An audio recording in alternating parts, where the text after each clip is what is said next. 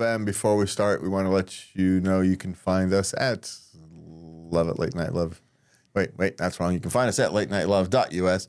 You can send your questions, suggestions, comments, etc. to loveitlatenightLove.us. And you can hit the like, subscribe, share, and all that good fun stuff for us. Yeah. If you would. Oh, how's that for screwing that one up. All right.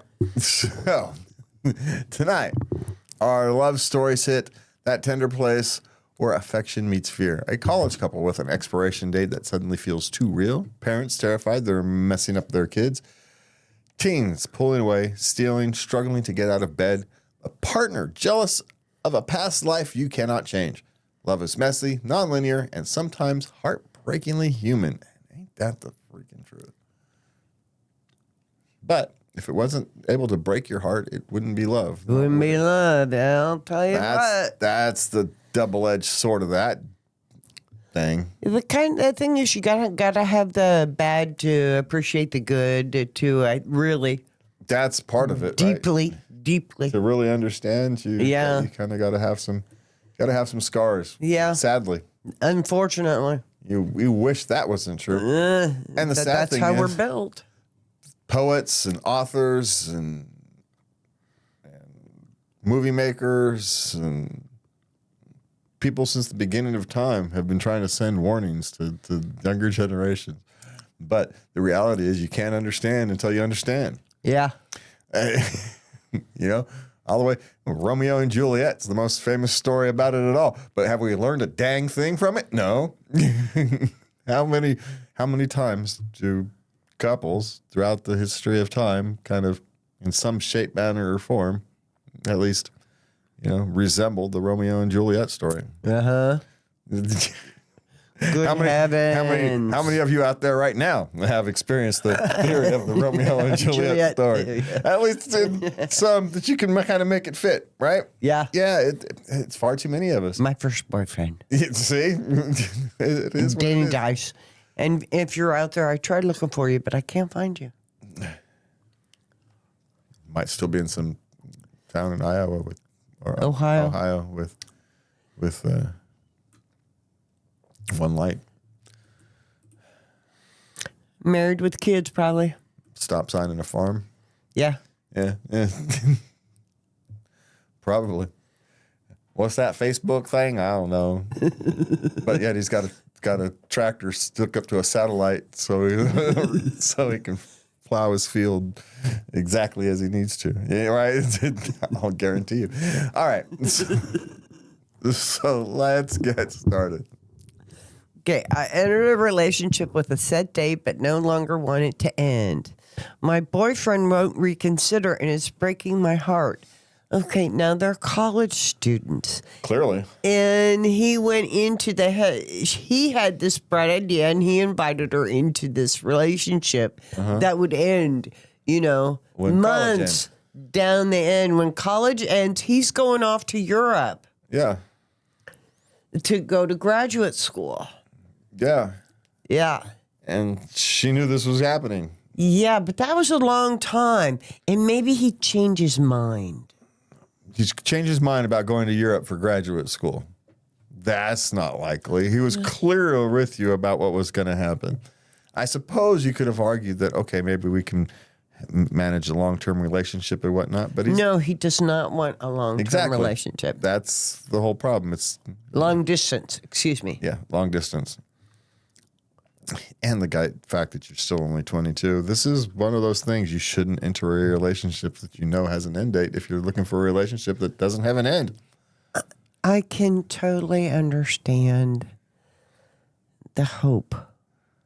Yeah. And thinking out at the time, yes, I'm mature. I'm a college student now. I'm an adult. I can handle this type of relationship. Relationships end. I've been through it before. I can do it again. Man, guess what? She can. Relationships end. She's done it before. She can do it again. She just doesn't want to. It feels comfortable. It feels safe. And she's afraid of moving on. But guess what? You're going to have to move on whether you like it or not. I have one suggestion. End it immediately. Do not keep seeing him. You're just dragging it out. Well, but that's like saying the ship has never sailed. You know, that ship has already sailed.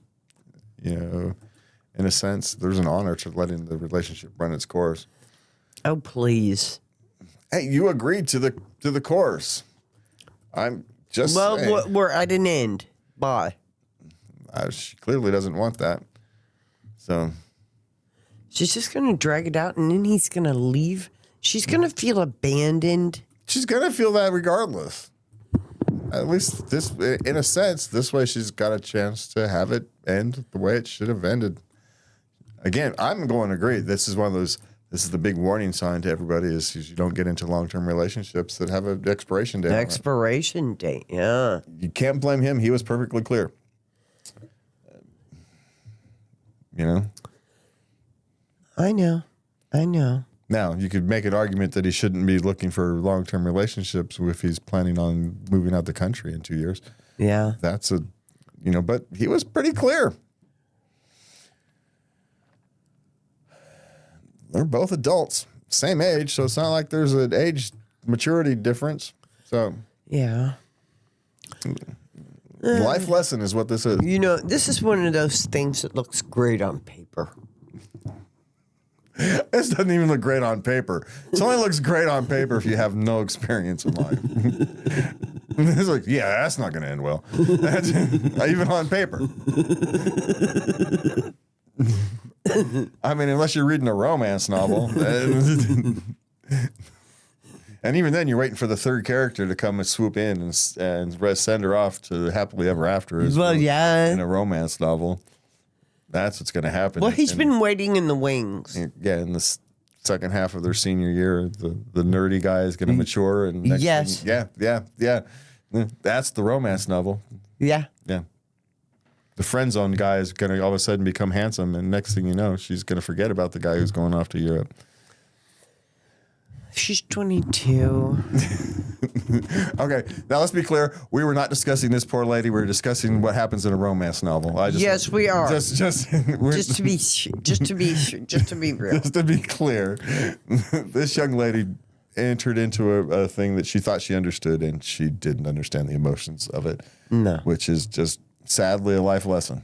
Yes, it is. Sometimes there's no right or wrong in a life lesson. It's just a life lesson. You know, to be honest, this is emotionally, it's in the ballpark of doing one night stands and looking for emotional fulfillment, and they always end. Well, essentially what they had was a friends with benefits thing, but they decided to be exclusive, and Yeah. They liked each other well enough to hang out. So that's what they did. Should have just kept it at that. Yeah, but neither one of them wanted that. They wanted something a little more meaningful, which they got. So enjoy the relationship for what it was. And it's a life lesson to, be as open as you thought you might have been, as thoughts you might understood your emotions, you clearly didn't. In 20 years, this will be a cautionary tale to your children. In 20 years, she'll be laughing about it. All right. She will. What's next? Okay. What is a seemingly harmless parenting mistake that will majorly screw up a child later in life? Oh, the possibilities are endless. Yeah. Really? Well, generically, here's the one is, there's a thing among fathers, right?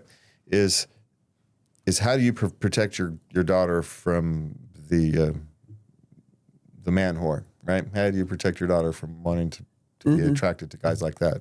And it's quite simple as make sure they know they love you. And so the flip side of that is to ensure that they know that you don't love them. If you want to really screw up your child, get it in their head that you don't love them, and you will royally screw up your child. Yeah, you will. And there's 1,000 ways to do that. Yeah. I mean, and that even goes beyond. Children can actually be ignored and still feel loved.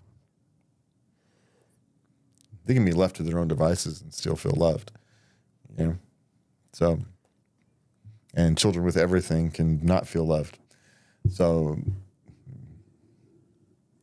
it's subtle. I got a good one my mom pulled on me. I told her, Mom, I'm bisexual. And she said, I'm sorry to hear that. And I know no decent man will ever want you. Thanks, Mom. Love you too.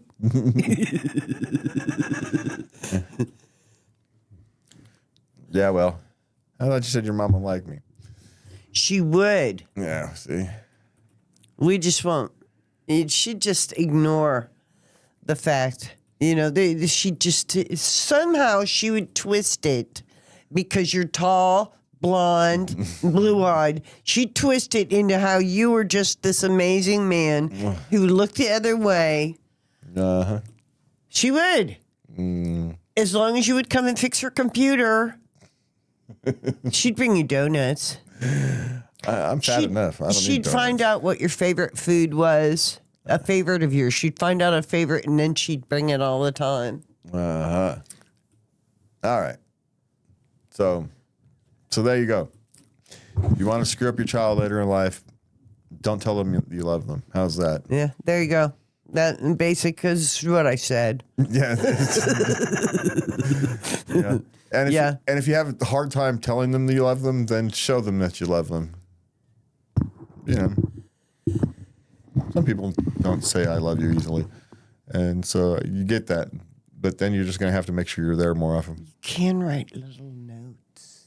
Well, you can just show them. Men are Show saying, up. Be there. Listen. Yeah. Be all in. So,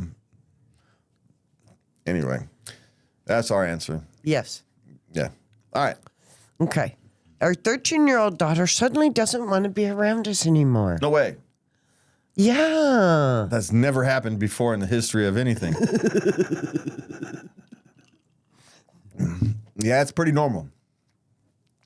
And welcome to teenagers, I guess. Yeah, it really is. Try and have...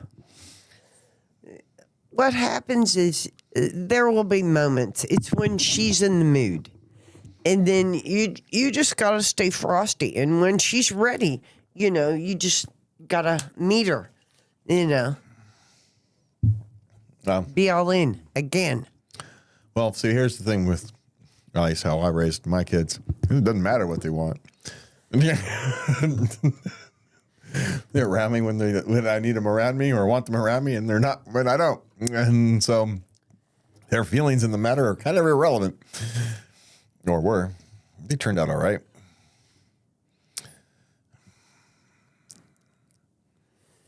It's good to want things. Builds character when you don't get it.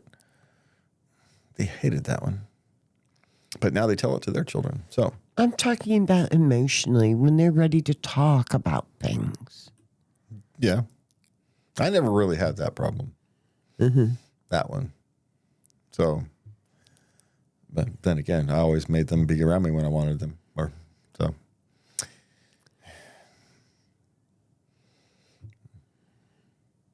I never had the problem with them emotionally distancing themselves from me. I mean, not really. But maybe I'm sorry, but as a man, I have a different standard, right? So maybe that's part of it.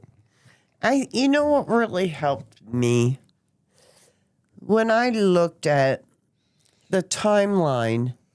I mean, how long ago was it?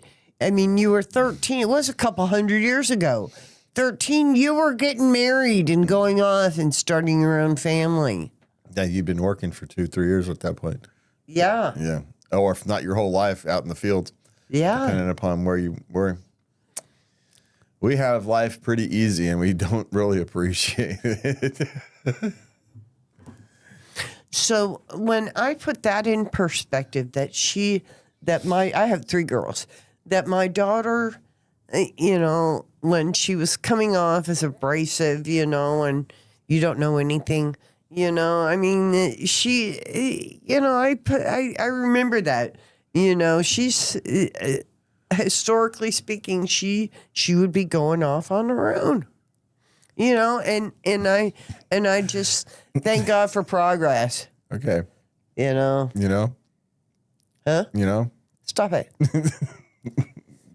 You know how many times you said in that last?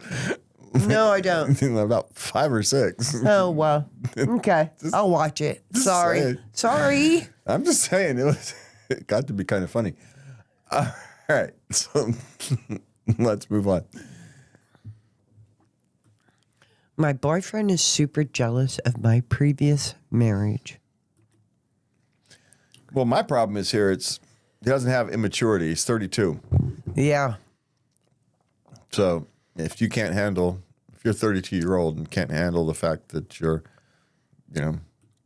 potential partner has had previous experiences, same as likely you have, then you're probably not long-term material. I remember this being an adjustment. And I wasn't fully accepting of other people's situations. I didn't want to raise a child with somebody. I was tired of doing that. I didn't want to have to answer to somebody with my parenting, that wasn't a biological. Yeah. Yeah. And so it wasn't until she was a teenager and, I prayed a lot for a partner, and I finally conceded, gee, they might have children. Okay, we'll drop our no kids rule, and for a relationship, I would do dating, but I would just, not meet the kids, and so when I first started dating older men and, they had relationships, that took an adjustment. They weren't all mine. They had been touched by someone else. No way, man. Sullied.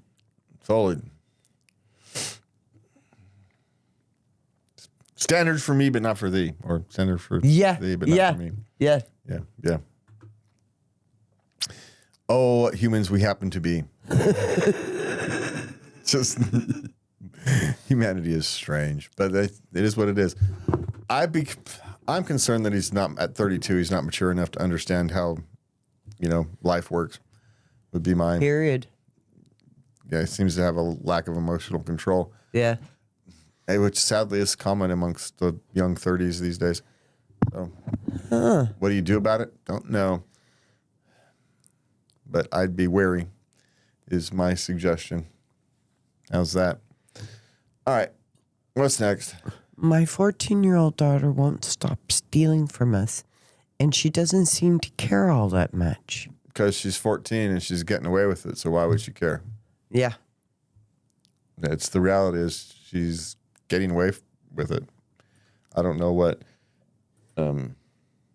punishments may be the wrong word, but what consequences she is facing for this, if any, or if you're at your wit's end. It's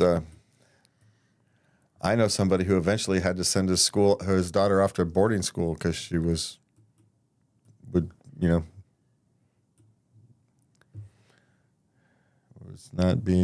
wouldn't not get with any program. So sent her off to someplace where essentially it was a prison for recalcitrant teenagers. Yeah. And what choice? Sometimes you get down to the point where you don't have a choice. At 14, you kind of wonder, what is she stealing for? Because they usually steal for a reason at 14. Is she vaping? Is she stealing for the cash, or is she stealing it because, she's feeling abandoned by you and it's a way of getting attention? Right? She developed a drug problem at 14. It's not unheard of. No. Even it could just be weed.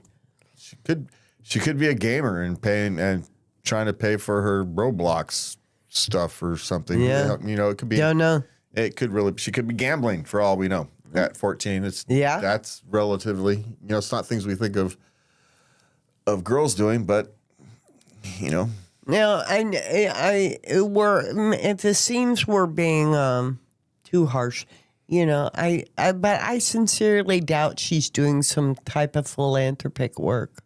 Yeah, I would doubt it. She may just be angry at her parents and trying to get back at them, right? Or her siblings or whatever.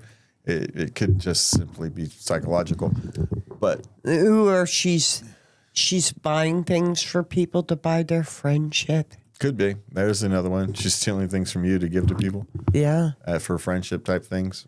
Yeah. Yeah, who knows? There's 1,000 reasons. So you've got to figure out the root cause, but you also have to make sure that her consequences are consequences. Yes, definitely. So, all right. If all your kids' friends were gone from school, would you pick them up? Okay, the daughter went to school. Okay. Her friends were not there. Okay. Her bestest friends, she has like 2 or 3. Okay. All of them were gone. She called her mom to pick her up from school. What, during school? Yeah. Take her home. Because her friends weren't at school that day. Life stuff, kid. You're staying in school. You'll be all right. I mean, unless there's a bully situation, but that's a different solution. No, you're staying at school, but I will be there. That's a different thing. Yeah. So no, I would not in that particular case. So now it depends. Had they gone to school to go play basketball or something, and the friends never showed up, and they're calling you because they don't want to walk back home? Would I go get them? It depends on my mood. Depends on how good the kid's been recently. There's no single easy answer for that. I may or may not. Yeah. Right? What happened? I confused days or something. I was supposed to be on like yesterday or Saturday or got times wrong or whatever. Stuff happens.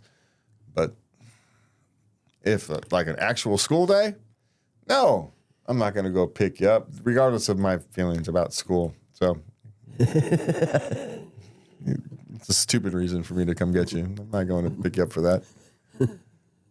All right. Okay. Now, I'm sorry this is a repeat, but it is so frequent, it bears repeating. Yep. Fight to get him up in the morning, 17-year-old male. Yep. This is just so common. You are not alone. They've actually done lots of studies that it's actually counterproductive to get these teenagers to school at 8 in the morning. They shouldn't start school until 10:30, 11 o'clock. And simply because of the way young people's biological clocks and body rhythms work. Yeah. They are natural night owls at that age. And so, my suggestion is, as long as he gets to school, don't worry about his morning routine. Yeah. If he leaves the house hungry, he leaves the house hungry. He'd be all right. He ain't going to starve until lunch. Trust me. He eats enough during the rest of his day that missing breakfast is going to be a thing. But if you can, start his day a little bit later. Just because you're a morning person who with a long extended morning routine doesn't mean everybody else has to. I have like a 3-hour morning routine.